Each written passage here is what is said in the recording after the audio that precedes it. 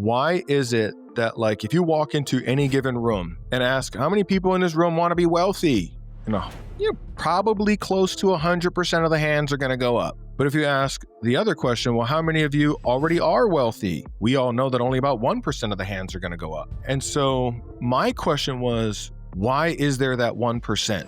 What separates that 1% from the 99%? And the best information that I found, which all of my training and curriculum revolves around this piece of wisdom, is it's found in axiology.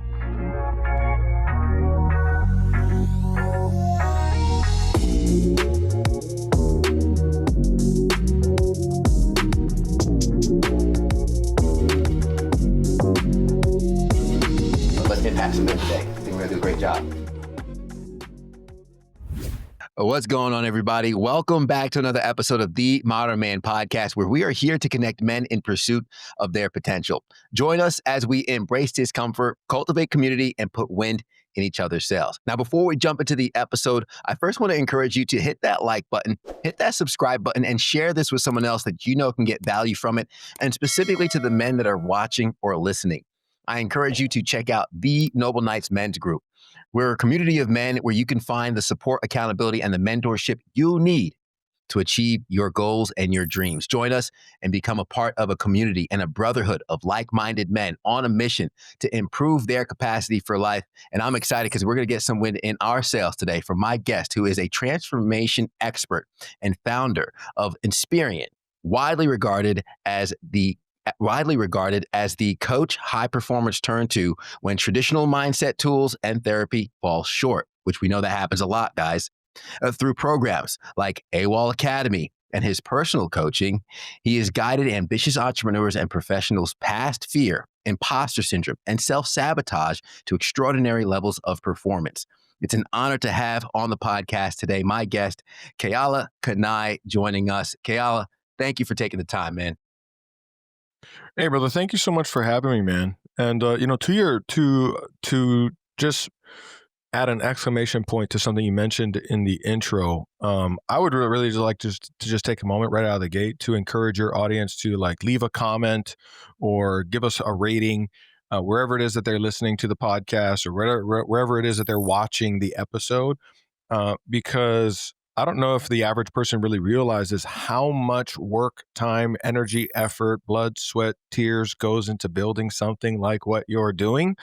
And the minimal that we can ask for in return is just, a quick like or a comment or a star rating or something like that supports the podcast. So thanks so much for having me, man. I really, really appreciate being here. Yeah, no, absolutely. And thank you for that little ask and that incentive for folks to show that appreciation. Because not only do I appreciate it, my wife appreciates it because she sees the blood, the sweat, the tears, and all the time that goes into this, which is oftentimes taken away for her. So if not for me, do it for my wife. But Keala, I like starting off with this question whenever I have a guest on. Before, I used to ask the guests, who are they, what they do, but I got a little creative. It's still a similar question, but it's more giving you the ball, letting you bounce it. But if you were to walk into a room, nobody knows you, what you do, how do you introduce yourself? That is an interesting way to ask that question, bro. I've never been asked that quite that way before. I went from working in a coffee shop for minimum wage, 500 credit score, living in my mom's spare bedroom just a little over a decade ago, to building a $140 million company that I exited last year, and transitioning over to what is now called Inspirian, which is where we specifically work on the mindset behind the success that entrepreneurs have. So we typically work with people who are highly motivated, highly ambitious, they're driven, and they know that they are capable of something greater than they're currently achieving. And they are wondering, though, why they still get in their own way. And they've typically done a lot of the stuff that we've done. They've done the vision boards, the affirmations, they've stood on the chair and beat their chests at some motivational seminar, only to have it wash off by Wednesday afternoon as they pull into the garage. And they're looking for something that's maybe a bit deeper. And the way that we work with our clients is very specific. I can talk a little bit about it. But we offer a double your money back guarantee on literally everything that we do. Nice.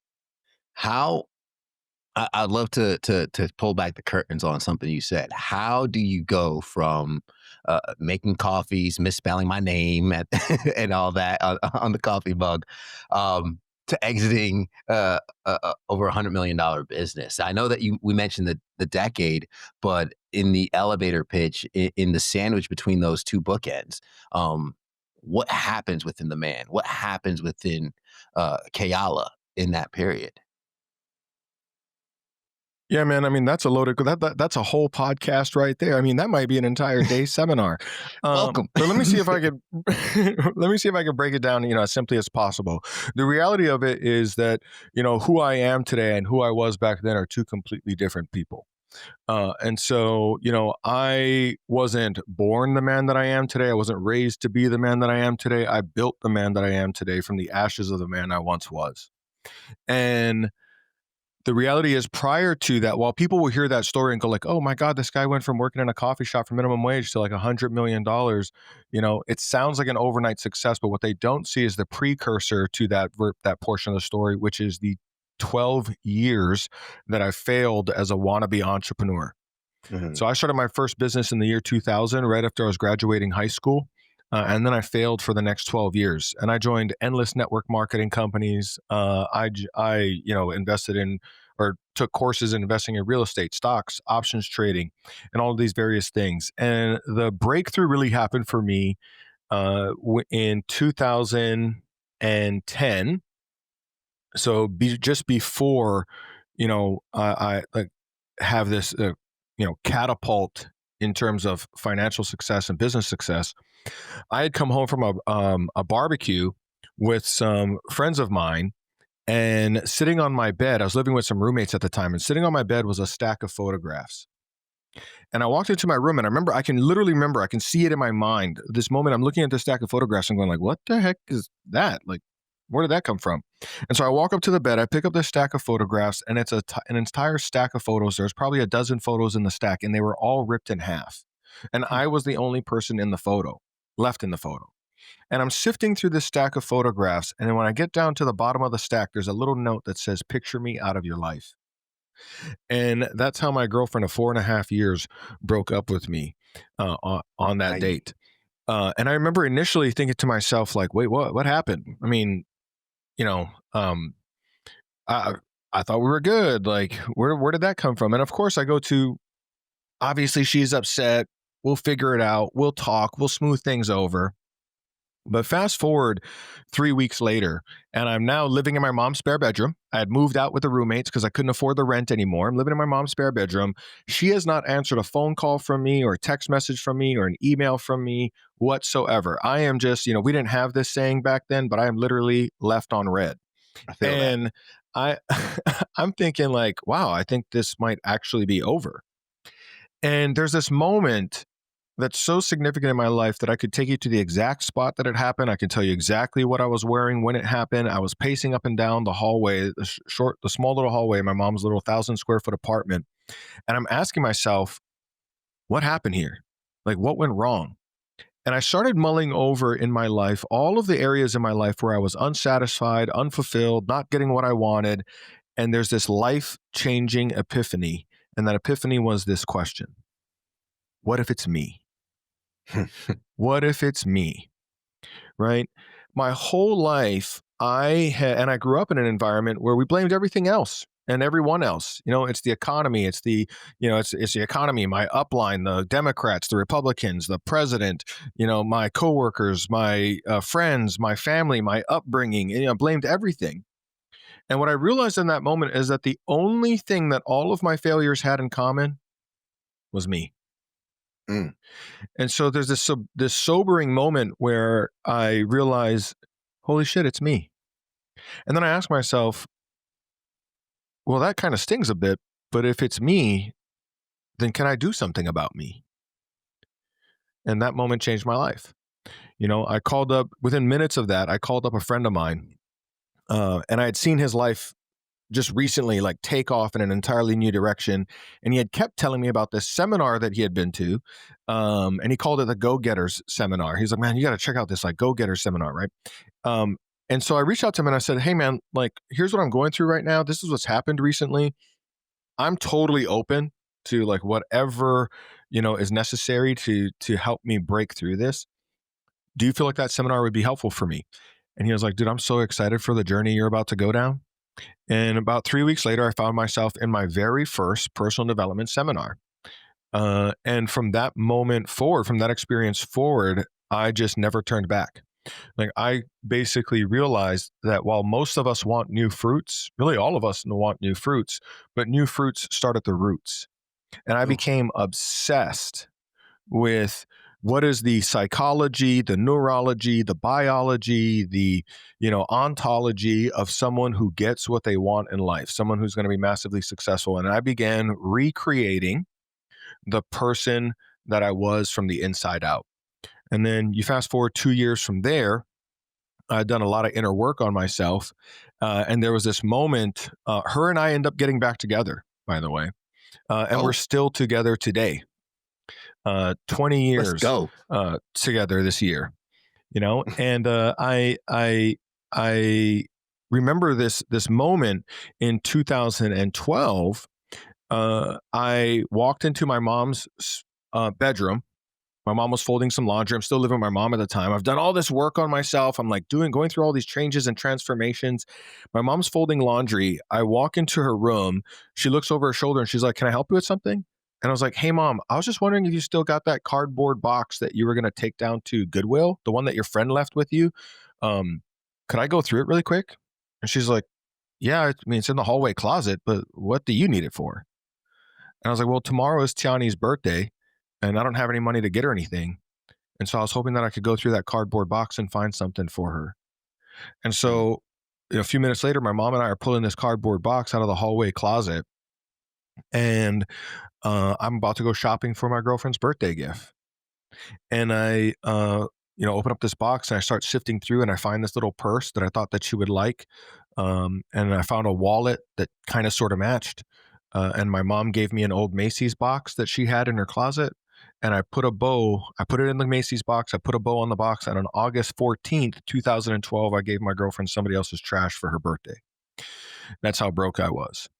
And that's this moment where I said, like, for all of these transformations, all of these breakthroughs, all of this work I've done on myself, what is it worth if I can't even give the person I love most in my life something meaningful for her birthday? And Mm. 7 months later from there, I had quit my job at the coffee shop, had my first $10,000 month with my online business, went on to do 20, 30, 40, $50,000 months, made my first $1 million as an affiliate marketer. In 2016, it kind of organically transformed into coaching, because so many people were reaching out. And this is before everybody and their brother and their sister and their dog and their neighbor was a coach.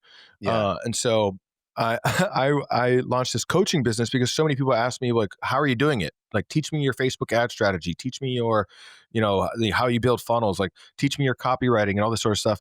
And so it kind of organically grew into a coaching business. And then I scaled that from zero to $1 million a month in 4 months. let's Did go. $20 million our first year, just shy of $20 million our first year. And then that became an adventure in and of itself. And for the next, what is that, 8 years, built that company to over 140 million in sales. We had our ups and downs. We had our catastrophic moments of like, oh my God, it's all going to fall apart. And we had our, celebratory moments of holy crap, we're on top of the world. Went through that whole roller coaster and then exited that last year, largely because what I fell in love with over time, and what I quickly realized as well, is that no matter how much, no matter how much I taught someone what to do, the problem was that they wouldn't do it. Yep. Right. And Yeah. so it's not so much that we don't know what to do. Like, all of us know what to do. Like, just think about it. Right. Like, okay, if you want to be rich, make more than you spend, save the rest and invest it. Most proven strategy, bar none. If you want to be healthy, diet and exercise. If you want to have an amazing, intimate relationship, radical honesty, and never stop dating. We all know these things. They're written in every book. We don't fail because we don't know what to do. We fail because we don't do what we know that we need to do to Yeah. become who we say that we would love to be. And that answer is found in the 6 inches between our ears, not in a book, not in a course. Oh my gosh. All right. We got to unpack what you just said, but just recapping um the last 10 years that you just broke down for the audience. It's like that joke of the man who says, "I woke up, my wife left a note on the fridge says this isn't working. I opened the fridge door. It was working just fine." Right? It's like, "Wait a minute. You missed it, dog." I've never heard that before, but that's so good. I'm going to use that. It's And the yours. first 3 times I use it, Ted, I'm going to say that you told it to me, and the next time I'm from there forward, it's mine. So anyway, go for it. Absolutely. But that's how so many of us as men go through life, right? We don't have that situational or self-awareness of understanding like, oh my gosh, what if it's me? And then you go from that to taking ownership, taking the Mhm. responsibility of your life and then actually putting in the work to change it. But what you just hit on, which is so true, so many of us know the playbook. So many of us know the next steps, yet we don't take it. And maybe it's that internal thermometer, the barometer in which we keep our lives at 75 degrees because we think 80 is too hot. Or maybe we self sabotage. The moment things are going good, oh no, I don't know what's going to happen. I go back to just messing things up again. And I don't know if it's identity. I know we could talk about values, but for some reason, some of us just have a hard time getting out of our own way. And you mentioned Mhm. it's between our ears, the 6 inches between our ears. When was it when you recognized therapy wasn't enough, at mindset wasn't enough, that this actually took something more than just giving the playbook? If iron sharpens iron, so does one man sharpen another. But if you're a man and you're alone or listening to this, then who sharpens you? What's going on, guys? Ted Payton here, host of the Modern Man podcast, also founder of the Noble Knights Mastermind Group. And I'm just out here encouraging you to find your circle. Maybe you're on a personal growth journey and nobody around you understands the new mentality that you're possessing. That's okay. You can find an online community that will pour into you, will navigate your goals and navigate your obstacles, share their experiences, resources, and more. Join the Noble Knights Mastermind Group and try us out for free to tap into a community of men helping each other scale up and reach their goals. Check out themodernmanpodcast.com. Yeah, when I had that breakthrough, um, pacing up and down my mom's hallway, that's kind of like this moment where I realized it's not that I don't know what to do, it's that I keep not doing what I know that I need to do. And until I am willing to accept full radical responsibility for that fact, I will not change it. Because here's a question: how can we change something that we won't first take responsibility for? Oh, Right? If it's outside of our control, then it is subject to someone else's control. And which then means that I'm going to be successful on somebody else's timeline at somebody else's convenience when somebody else chooses it for me. Right. And that's this moment where I just kind of like, again, I had this breakthrough around radical responsibility, that my life, like if it's to be, it's up to me. mm, And then over the next few years, and really over the last 15 years, I'm most widely known online for my work in marketing and sales and business and scaling and these sorts of things. But what most people wouldn't know until recently, until I made this transition last year, is that my first passion is actually around mindset and human behavior, and the universal laws and principles that govern the universe by which we operate in. And those things have really been my secret weapons behind the scenes. It's mm, why I've outscaled and outpaced every one of my competitors in my previous industry. It was something, that I was able to use to face all of life's challenges as they inevitably came up along the way. And I feel like there's just a certain set of cheat codes that I have that most others don't, because they're looking outside of themselves for an answer that can only be found within. So mm. that's the kind of short version of it. Hopefully that answers your question. No, it really does because it leads perfectly into what a lot of people experience, myself even being one of them, of the years of like, I could just step aside. You see the books behind me. And even my wife before this, she's like, you're so smart. You learned all these things. You've taught yourself so many things. And there could be a lot of guys who get that frustration, like you mentioned, the 12 years of failure, right? The Mhm. consistent, try this, didn't work, try that, didn't work. And they know so much. And they're in that paralysis, whether it's analysis paralysis, whether it's, man, I know where the leads are. I know if I want, like, here's my product, it costs this much, my conversion is this much. I just know I have to make 20 calls a day and I make $1 million in the year. But for some reason, I'm not making those calls. And Mhm. that's the hang up so many people get caught on. And what I picked up on, something that you said, was from the birthday, when you said giving someone else's trash as a birthday gift to your girlfriend. From then, correct me if I'm wrong, you said it was 7 months when you quit your Mhm. job, had your first $10,000 month. Mhm. That poses the question, and you could rip from that even further into more of the mindset, the approach, and some of the laws of the universe that you tap into. But how fast can someone's life change when they finally make that switch from external control to internal? In a moment. Whew. People ask me as I was on the come up, and people would see my stuff on, like, friends of mine from high school or college buddies or whatever. They'd see me posting on Facebook and see me flying around in private jets or whatever. Commonly, when I'd go back to Hawaii and visit, I would hear from people like, "Man, your life changed over these last few years." And I'm like, "No, my life changed in a moment.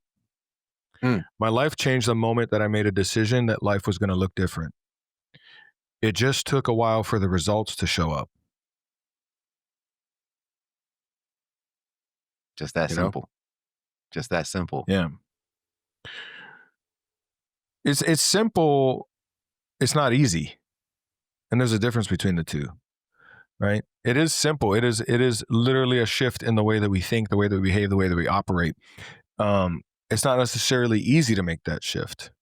No, it's simple to articulate. It's easy to it's not easy to execute. Mm, Now, if we look at what was like the maybe one big shift that took place in that that kicked off at the beginning of that 7 month window, it was this. So despite doing all of the, human behavior work, despite doing all of the, affirmations and visualizations and hypnosis and, you know, all these different programs that I had done and therapy and all of these things, I still wondered why. Why is it that, like, if you walk into any given room today, Ted, you can walk into any room and ask how many people in this room want to be wealthy? Probably close to 100% of the hands are going to go up. mhm. But if you ask the other question, well, how many of you already are wealthy? We all know that only about 1% of the hands are going to go up. And so my question was, why? Why is there that 1%? What separates that 1% from the 99%? And the best information that I found, which all of my training and curriculum revolves around this piece of wisdom, is it's found in axiology. And so what I'm about to say is a combo of axiology, which is the study of values, teleology, which is the study of purpose, and some neuroscience. So through the lens of axiology, we can observe that every single human being has a set of values that are governing their life.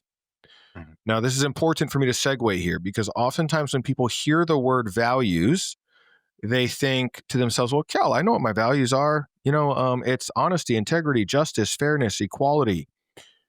And those are not values, those are social ideals. From an axiological perspective, those are not values, those are social ideals. In other words, they're rules by which that we think that we should live by in order to have a society. But what I'm referring to is the fact that every day that you and I wake up, Ted, and every day that the person who's listening to this wakes up, there is an unconscious set of values that is governing how they are going to run their day. So there's the things that they unconsciously value most in their life, down to the things that they are so unconscious about, they never even think about it. Okay. Now, our values are the lens through which we experience our entire reality. We don't experience life the way it is. We experience the life the way that we are. That's a pretty common saying. I would say more specifically, we don't experience life the way that it is. We experience life through our values. And I can dig into that a bit more later. But the really important thing to understand here for somebody who's looking to achieve something is that our values will dictate how we invest our resources. Now, our primary resources are time, energy, and money. Wouldn't you agree that however we invest our time, energy, and money will become our destiny? Correct. Right? Energy You don't spend your flows. time, energy, and money. Go ahead, say it. Where energy flows, where attention goes. Exactly. Yeah. Right. And so every day we wake up, we have a finite amount of time, energy, and money. And we are going to deploy those resources in direct proportion to our values. So the thing that we value most in our life is going to get the majority of our resources, and then the next thing, and then the next thing, and the next thing. But eventually we're going to run out of those resources before we run out of things to do. Mm-hmm. And so most often what happens is, our goals are conscious goals. So our values are unconscious. That's important to realize. Like I've taken thousands, close to 10,000 people now through my training around values. I've not met a single one who knew exactly what their values were prior to the exercise. Lots who claim they did, but not a single one, because it's unconscious. But our goals are conscious. We choose our goals. We know our goals. I want to make X amount of dollars per month. I want to live in this house. I want to drive that car. I want to have, this spouse. I want to have this many kids. I want to travel to these places. Like we all know what our goals are. Now, when we are pursuing something that is high in our values, we have inspiration, meaning we are moved by the spirit within, inspiration from the spirit within. So we will have diligence, fortitude, follow through, discipline, poise, precision, power, purpose, fulfillment. Fulfillment comes from filling full our values. But when we are pursuing goals that conflict with our values, we create symptoms. Symptoms include procrastination, hesitation, frustration, self-sabotage, imposter syndrome, and the list goes on. Generally speaking, it's the behaviors that keep us from getting what we want. And when we are pursuing goals that are in conflict with our values, we lack inspiration, so we need motivation. Motivation is an external force from outside of ourselves that is attempting to hold us accountable to doing the thing. How many times have we said to ourselves, and if you're listening, how many times have you said to yourself, if I just had an accountability partner? Yep. But do you think that Jeff Bezos needed an accountability partner to build Amazon? Do you think that he woke up every morning and some accountability partner was there like, hey, Jeff, stop hitting that snooze button, Jeffrey. Get up out of bed. You said you're going to build, we're going to sit down and listen to our Eric Thomas playlist, and get motivated. No, they're driven by the spirit within. Right? And so let's take this one step further. When we are operating by the things that we value most, life feels purposeful. In other words, our values are a window into the soul's purpose. When we are pursuing goals in conflict with our values, life feels purposeless. And even if we achieve the goal, we feel unfulfilled by the goal. Now, that's the teleological component of this. Now, think about this for a moment. That means that we are all physiologically, biologically, neurologically designed to wake ourselves up when we venture away from purpose. The symptoms are procrastination, hesitation, frustration, self-sabotage, overwhelm, shiny object syndrome. These are not culprits. They're not the enemy. They're not a problem. They are the mechanism by which we become aware that we are straying away from what our unconscious mind deems most purposeful in our life. Hmm. Because what would be the good of accomplishing a goal if it ultimately came at the price of your soul? I would rather have the whole world against me than my own soul. So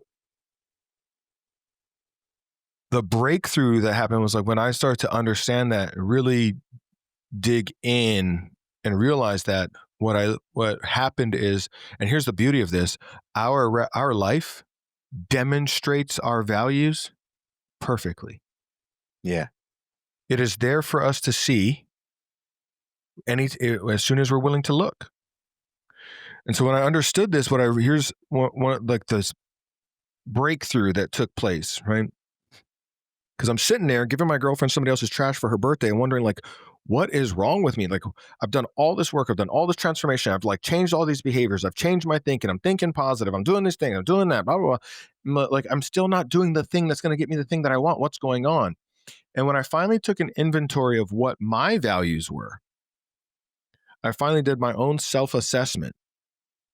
What I realized is that what I truly value, like what I said that I valued, is I valued having a business. I valued being an entrepreneur. I mean, I got 12 years of failed businesses behind me, brother. I mean, I got a whole lot of evidence that I want to build a business and want to be an entrepreneur.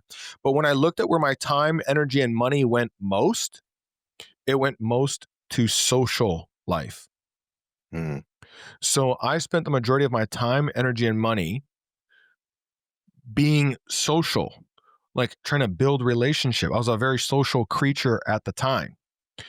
Our values are typically derived from our voids.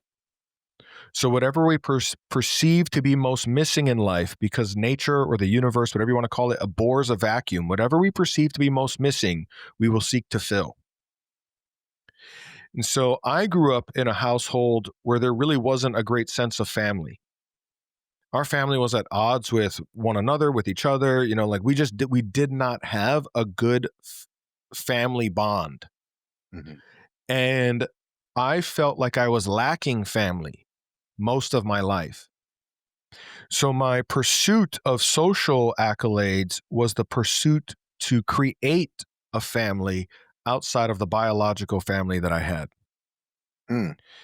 And therefore I spent my time, energy, and money. So I spent, like when somebody takes the values assessment, we call values, in my company, we refer to, like, when you align your goals and your values, when they are, symbiotic, when there's synergy, we call that the power code. Yeah. You're like, Watch out. Doors unlock. Right. And the first step is an assessment. But one of the questions in the assessment is, where are you most ordered and organized? And I remember thinking to myself, like, I'm not ordered and organized at all, man. Are you kidding me? I'm a freaking wreck. Like, I start things, I don't finish them. I couldn't find, if you ask me for a document or something, I have no idea where it's at, And so when I was doing the assessment, I couldn't figure out the answer to that question because I felt like I'm not ordered, and there's no place that I'm most ordered and organized. I call up a friend of mine named Paul. And I said, hey, man, I know this kind of sounds weird or whatever, but I'm trying to fill out this assessment, man. And it's asking me where I'm most ordered and organized. And I was kind of curious, like, where do you perceive me to be the most ordered and organized? And he was like, dog, you always know where the drink specials are. You always know where the party's going to be. And I can depend on you that you're going to come out best dressed of all of us. Yeah. And I was like, damn, he is so right. Right. So I was ordered and organized around getting my friends together, getting us to go out, spending that social time together. So my time, energy, and money went into those things rather than going into building a business. And so then I began, and once we are clear about what our values are and what our goals are, for the vast, vast majority of us, there is going to be a gap between the two.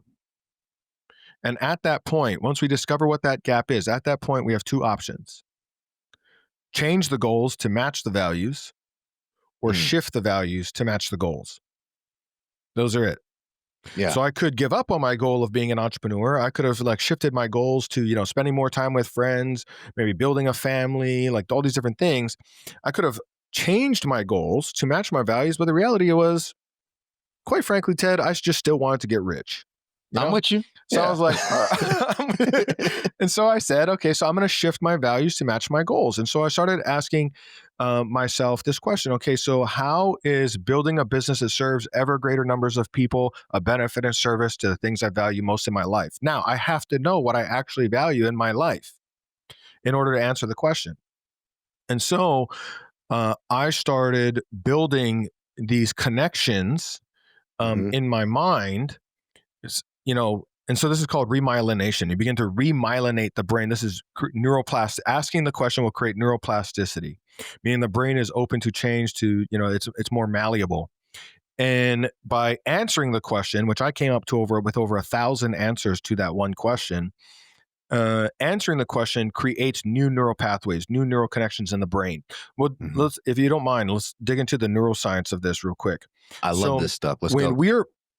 we are pursuing something that I'm glad you do, because I can talk about it, as you might have noticed. Yeah. So when we're pursuing something that is high in our values, we awaken the prefrontal cortex. The prefrontal cortex is, um, the portion of our brain that separates us from any other species on Earth. It's what makes us human beings. It's where all of our genius, creativity, problem solving, ingenuity, innovativeness, determination. It's where all of those characteristics come from. Now, the oldest portion of the brain, the portion of the brain that most largely controls our behavior is the subcortical portion of the brain. This is the amygdala, the hippocampus. This is our animal brain. Which, by the way, as a segment, because there's a perfect balance of opposites in the universe, if you have an animal brain, you'll have an angelic brain. That's the prefrontal cortex. But the animal brain is a survival mechanism, right? And so its only job is to help us survive. When we are pursuing something that's high in our values, we operate from the prefrontal cortex, and we will endure both pain and pleasure in equal proportion to make manifest that thing in our life. So if you ask a parent, I think you just said recently, right before we hopped on this podcast, that you are a relatively new father. Yeah. 17-month-old at home. She's amazing. Would you agree that raising a child, you've had 17 months of the experience so far. Would you agree that in the 17 months, it's both painful and pleasurable to be a father? Oh yeah. It's challengingly rewarding. Because you value it enough, you won't quit. Not all fathers would say that. Right? So we tend to think like, oh, but of course he does. Like, he's a dad. That's what he's supposed to do. Like, but not all dads do. That's true. So you value it enough. Right. Now, when we are pursuing something that is in conflict with our values, which again, most oftentimes is our goals, we will activate the amygdala portion of the brain. The amygdala portion of the brain is just focused on two things: capture prey, avoid predator. When we are pursuing something that is low in our values, we want only the benefit, none of the drawback. We want all of the pleasure without the pain. We say we want to go to the gym, but really what we're saying is, I want a six-pack without the blood, sweat, and tears. We say we want to be rich, but what we really mean is like, no, I want to be rich without all the hard work and sacrifice. Yeah. You say, I want to have a loving marriage, and you're like, no, I want the sex and the intimacy without the hard conversations. Mm-hmm. And so when we don't value something enough, the amygdala comes online and it says, hey, that's a predator. It is eating our resources, time, energy, and money. It's taking those resources away from things that we value more. Get away.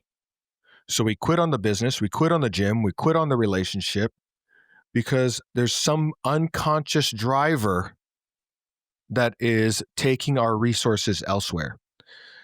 And so we don't sacrifice, like we're not, nobody's messed up. Nobody's, got it wrong. Nobody's lazy. There's no such thing as a lack of discipline, because in every single person I've worked with, I can show that there's an area in their life where they're extremely disciplined. It's just typically not where they think that they should be disciplined. And the challenge with all of what I'm saying here is that most often what happens in this scenario is that we judge ourselves and beat ourselves up, undermine ourselves, and ridicule ourselves for who we're not, rather than loving ourselves for who we are.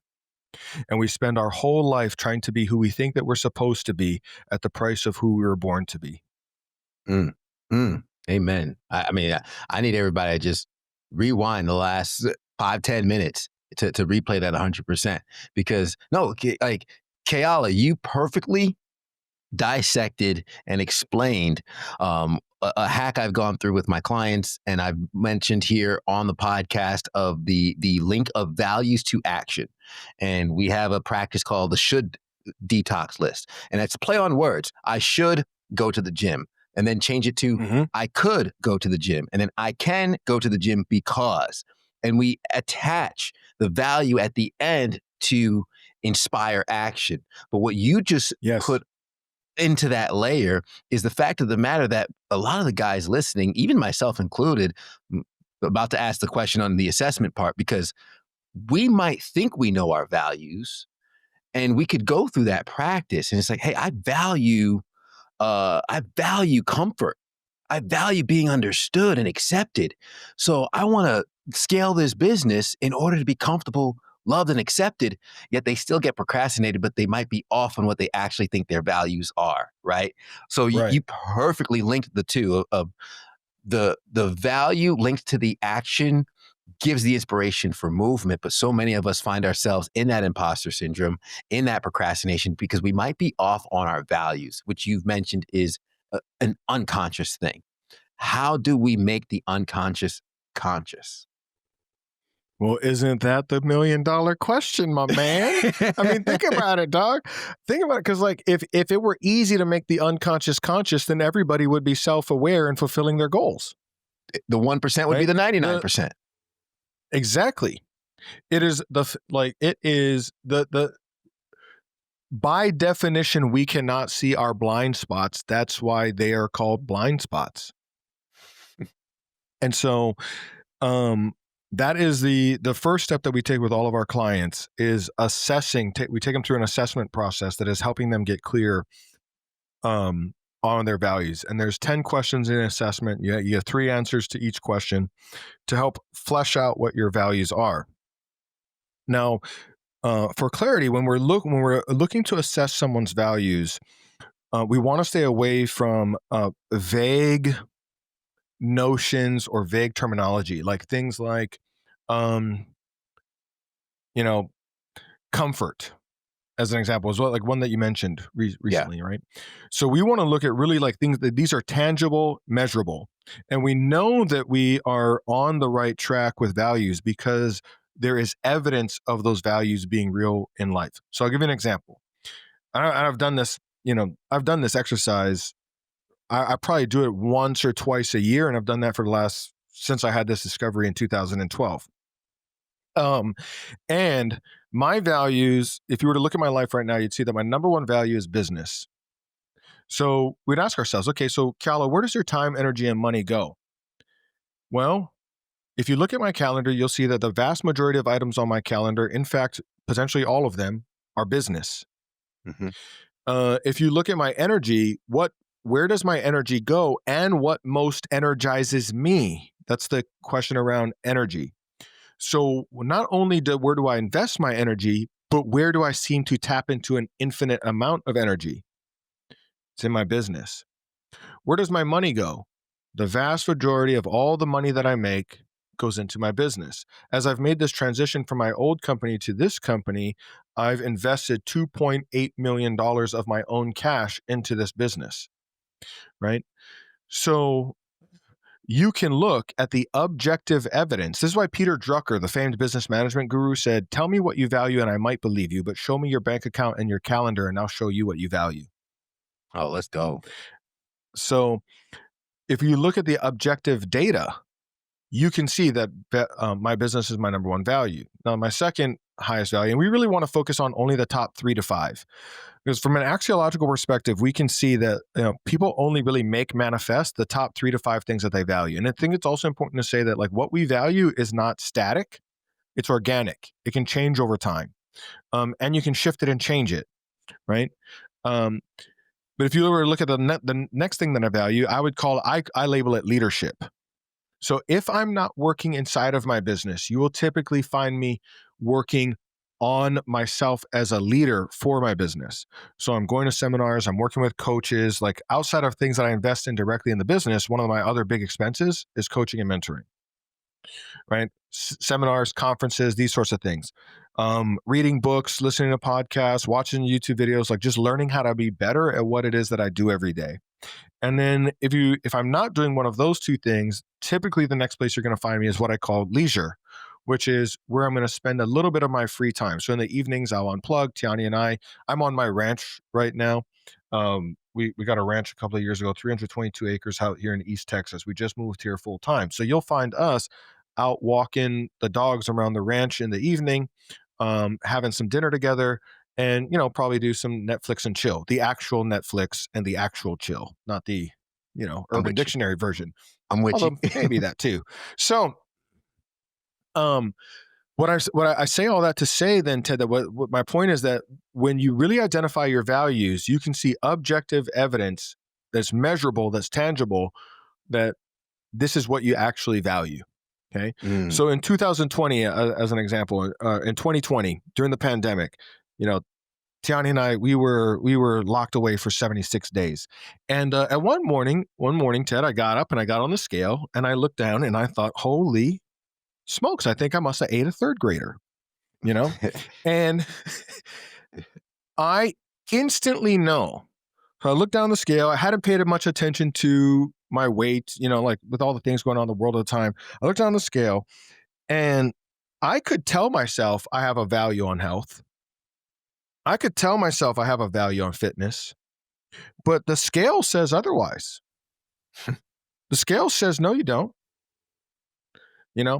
And so knowing how this all works, that day, so I know that I do not currently have a high value on health and fitness because the scale just said so. That's the objective data. That's the part that really challenges people, is because they're unwilling to look at what the objective reality is. Yeah. Because it can be a bit painful at times, right? Because when we cast aside all the niceties and we just take a real good inventory of where life is at, then here's something like people could sit with, is like, whatever you want to know what you're committed to, look around. The money that you have in your bank account, that's what you've been committed to up until now. The career that you go to, that's what you've been committed to up until now. The quality of your relationship, that's what you've been committed to up until now. Because results are always fair. They are often harsh, but always fair.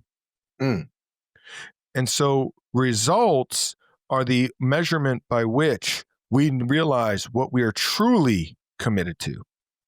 And so that day I realized, okay, I don't have a very high value on health and fitness. This is something that I want to change. So because I know I don't have a high value on it, I know that I won't have inspiration. I'm going to need motivation. That same day I contacted a trainer and I started working with a trainer 3 days a week, going to the gym. When I would come home from the gym, every session after that, I would come home from the gym and I'd ask myself, what are the benefits of my health and fitness to my business? What are the benefits of my health and fitness to me as a leader? Mm-hmm. And I would start looking for all of these connections between the way that I worked out in the gym and how I felt, throughout the day, how I performed. I noticed better cognitive function, better, memory. I noticed better energy throughout the day, better focus, more clarity around my decision making. I even started to Google, and this is before there was a chat GPT, I started Googling, okay, so, how does working out benefit your mental health? How does working out benefit you as a leader? And I started building all of these neural connections in my mind, looking to see how working out was going to benefit the things that I actually value in my life. Again, I need to know what I actually value, though, in order for this to work. And what ends up happening is about 6 months later, I fire the trainer. I go from working out 3 days a week to 6 days a week. And one of my big excuses, and this is like this moment where I realized it worked. It's like one of my big excuses used to be that it's hard to stay in shape because I travel so much.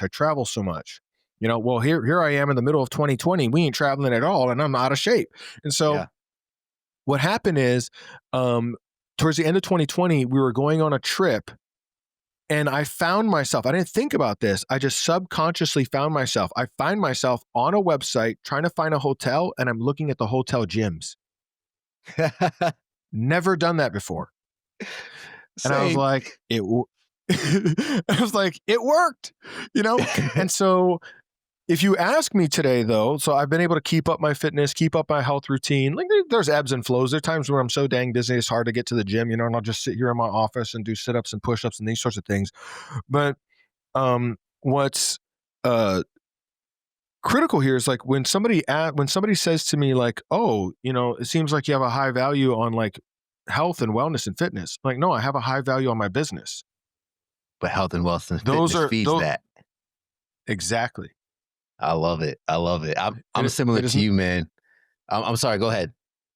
No, go ahead. I was gonna say I'm similar to you. We took the family out. We ended up at a resort in the Dominican Republic, and I find myself posting like, "This is the best resort gym I've ever been to." It was the first resort gym I've ever been to, but I'm on vacation, and I'm taking some time away to make sure I'm hitting the gym. I wish we had more time, brother. I definitely want to make sure that folks can get the cheat code to the power code of understanding their true value so they can set that link up as well. So what are some of the resources, links that you could share for folks to connect with you, follow with you, or even do the assessment themselves to find out what their true values are to start getting that inspiration, not just motivation? Yeah, I mean, the best place for somebody to start with us is at thepowercode.com. It's a free assessment. We give it away for free. You can download it. It comes with an instructional video, kind of walks you through how to utilize it, how to fill it out. There is a optional 2-hour masterclass that I do alongside that. And again, it's totally optional, but thepowercode.com would be the best place for somebody to originally get their hands on that assessment. And then other than that, I'm on all the major social media platforms, on most platforms, realkealakanae.com, or Real Keala Kanae or Keala Kanae. And so I have Nice. some, free content out there on all the major platforms as they Nice. are. I'll have those links in the show notes below for folks to just hit that and go right to it. And for my last question, it's usually the heaviest, which is why I save it for last. And something tells me you'll have no problem jumping right in. But as we have about a minute left in the podcast, what is something you've seen or something that's happened to you that shapes the way you view the world as a man? Oh, man.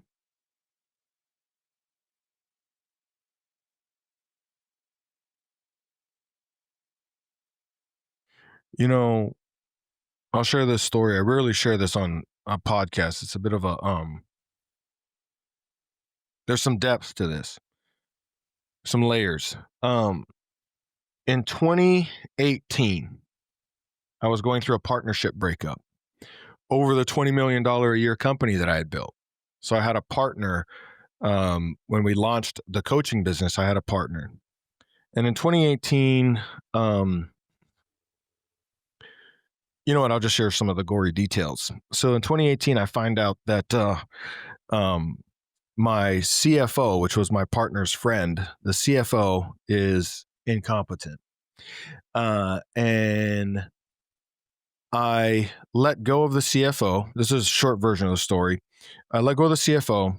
I hire a new team, and I promise you, there's a lesson here that's going to land. It might take me a couple of minutes. Again, I can be a bit verbose, but I hire this team to come in and kind of audit our financials. And a couple of weeks in, we have a call, and they're like, "Hey, you might want to be sitting down." I'm like, "Wait, what?" So I sit down. They go, "Did you know that you have $1 million loan in your name?" It's like, "What? No. Where? How?" And they're like, "You also have this paperwork where you gave the CFO power of attorney. So he took out a loan. He took out 3 loans in your name that in total add up to $1 million, 2 $250,000 loans and a $500,000 loan. And because the business was scaling so quick, like to go from 0 to 20 million in the first year, like trust me, like I wouldn't necessarily recommend that to most folks. So we went from like 2 employees to 60 in 12 months. It is impossible at that velocity to try to stay on top of like every single legal contract, everything that's binding, and try to run the company and all these sorts of things. And so, I mean, it's my own responsibility, just for clarity. So I find out that I have this $1 million loan in my name. The average interest rate on the loan between the three of them is 18%, which means that I have a high interest credit card loan. Now it gets better, bro. So they go, do you know that you have like 1.6 million held up in your merchant reserves? I was like, no, I didn't know that. So merchants is like when you have an online business and you're taking transactions online, they can hold back some of your funds, depending on the level of risk that they think that your business holds. So they had held $1.6 million of our cash. And they said, well, now you can't get the 1.6 million. By the way, at the time, we're losing $300,000 a month of cash. We're bleeding $300,000 a month. And they say, well, now you can't get the $1.6 million because he signed that as collateral for the $1 million that he borrowed. And I'm like, wait a minute, that means that I borrowed $1 million from myself, which I now have to pay an interest on. And like, Yep. yeah, kind of. That's basically what happened. And so I then go to my business partner and I say, hey, and then they go through, they start sharing with me, hey, listen, by the way, did you know that you have 100% financial responsibility for everything in the business? You're the only name on all the merchant accounts, on this, on that, on this, on that. And they're like, so in other words, what that means is if the company goes bankrupt, you're the only one on the hook for it. Your partner's not. I was like, no, I did not know that. Now, he was also on vacation 8 months out of the year. And for the 4 months out of the year that he worked, he just kind of made a mess, to be honest. And so I reached out to the partner. I was like, hey, man, like this partnership is no longer fair and equitable. It's no longer 50-50. I need 35% so that I can go get this loan refinanced through a regular traditional institution like a Wells Fargo or Chase Bank or something like that, so I can get a fair interest rate, not this high credit card interest rate. To which his response was basically, go after yourself. And so that began the legal battle between the two of us, which previously to that, I would have considered us like best friends. My CTO finds out about this and he gives me, so I have 8 developers and a project manager working on a piece of software that we're building, and it is costing us $140,000 a month of spend. The CTO finds out that this that this challenge is happening between me and the partner, and he gives me 10 days notice that he's leaving. I'm like, well, why are you leaving? He goes, man, I've been through stuff like this before. It doesn't get pretty. Yeah. And I don't want to be around here for that. And I was like, I've never been through it before. This is my first run, And so he leaves, and now I have a team of developers that 8 people deep, and a project manager that I have no idea how to manage, no idea how to speak to, no idea how to clarify what it is that we're building to. And now I'm responsible for that $140,000 a month bleed. You fast forward. I'm gonna leave out some of the other details, but I'll throw in a couple more. Like fast forward about 3 months later, I've turned the business around. We finally just broke our first profit in several months, and the developers, because they're unchecked, all of a sudden we have we're not acquiring customers. We're nobody's buying our front end products. We can't figure out why. It takes us 3 weeks of trying to figure out what the heck happened. None of our ads are converting and all this sort of stuff. Come to find out, the developers, they had decided on their own to switch all of our servers that we were running off of, but they didn't switch the server that all of our emails went out from.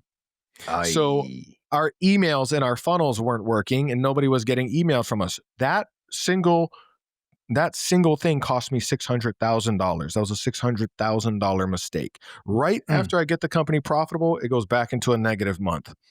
Then throughout all of this, I keep wondering, how does my business partner kind of keep knowing where I'm going, what my next move is going to be, these sorts of things. And come to find out, my COO, the second in command, was already in the pocket of my business partner. My business partner had already promised him some money. And so he, the second in command, the person that I'm looking to most to help me, through this challenge, was actually stabbing me in the back and reporting everything that I was doing to the business partner to try to help him win the company. So 2018, I'm going through this, and there's many more gory details in this. It was a beautiful experience. And so 2018, I'm going through this partnership breakup, and I'm at one of our advanced classes. And these are mindset classes because we've done them for years. They were just never the forefront of what we did.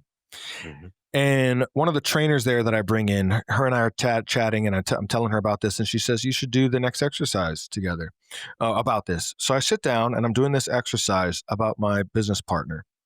And I realize that it's not my business partner that I'm most angry at. When I started to write down all of the characteristics and traits that I judged about him, I realized that he's the new version of my dad. So what I judged about him that I most resented about him, because whatever we resent, we attract, create, or become. Mm-hmm. And so what I judged and resented most about him was that he was absentee, not present, part-time.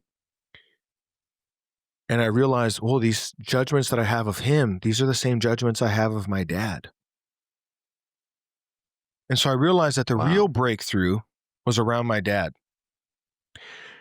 And so I started doing this same process we take our clients through. I started doing it around my dad.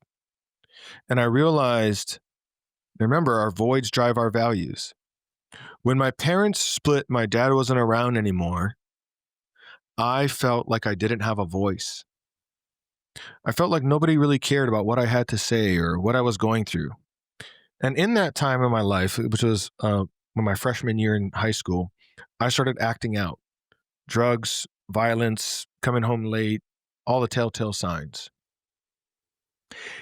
And when I felt like I didn't have a voice, like nobody cared what I had to say. But if you fast forward to that moment in time in my life, I could have sent an email out that day to my email list and had 1,000 people on a webinar that evening who would gather around to hear what I had to say. Because our voids drive our values. And so I sought to have a voice that was meaningful in life. And I sought to have a message that was meaningful in life. And what I realized is that when my dad wasn't around, he gave me an amazing gift because he gave me my career. And I wouldn't want to give up my career for anything. I judged my dad, though, for not being a present father. And so my son, my own son, I didn't even meet him until he was 10 years old. Whatever we resent, we attract, create, or become. I met my son when he was 10. There's a whole story behind that too. So I judged my dad for being an absentee father, and then I became an absentee father to my own son. Still didn't learn the lesson, still judged my dad, and now I've married an absentee father in the form of a business partner. Wow. And because we repeat the lesson over and over again until we learn the lesson. Mm. And so at that moment of that breakthrough, I break down into tears, and I'm just so grateful because I realized that I had exactly the dad that I needed to have to accomplish the mission that was going to be most meaningful for my life. And your question was, what experience have I had that most, and I'm paraphrasing here, that most determines how I view my life as a man? And the truest truth, the greatest truth that I've ever come to in all of my pursuits has been this. And many people say it, but few people live it. Everything is happening for us, not to us. When it feels like the road is falling out from underneath you, it's really rising up to meet you. When it feels like everything is out of place, it's actually falling into place. And we are here to learn and evolve, and all of our evolution happens at the precipice of support and challenge. The things that have challenged us most are the things that are most beneficial to the mission that we are supposed to be on in our life. Man. But if we see it only as a challenge and we resent the challenge, we miss out on the mission. We miss out on the meeting. And so the truth of what life is The beauty of the hidden order in the apparent chaos of life is greater, truer, wiser, and more magnificent than any judgment I could have of what I think it ought to be, should be, needs to be, or supposed to be. And when you can see the hidden order of the apparent chaos of life, you become a master of life rather than being mastered by it.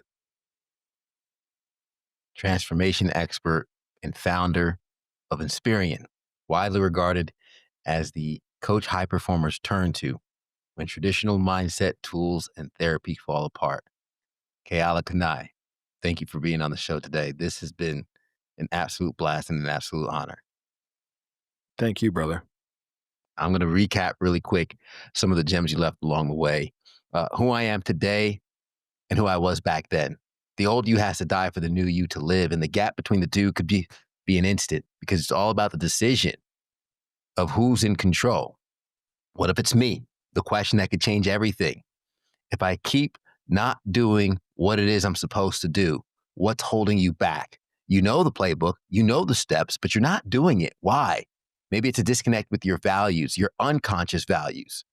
Because what you think might be your values consciously could only be placeholders and place fillers for what is truly your values, which if you're not aligned with your values, that's where the motivation is needed. When you are aligned with your values, you get that inspiration, the motivation from within. Operate from the things that we value most, and then life feels purposeful. And values are born through the void. What is it you're missing? What is it you're lacking? There's a chance that that's where your values lie. Meet objective reality. Look at your surroundings. Look at the reality of your life. Meet it where it's at. I talk about the GPS. We need two destinations, not just where you want to go, but where are you currently? And be honest with that. And results are harsh, but they are often fair. Guys, make sure you follow Keala. Make sure you leave a rating for this podcast if you enjoyed it. Share it with somebody you need that needs to get this value as well. And what you can do for us to keep this train moving and keep these episodes coming is leave us a rating on how you feel about the podcast. Give us an honest rating. I could take it, but also it's how we improve and get better for you. I appreciate you guys making it to the end. And as we always say, everybody wants the sunshine, but they don't want the rain. But you can't get the pleasure without first the pain. Let's grow.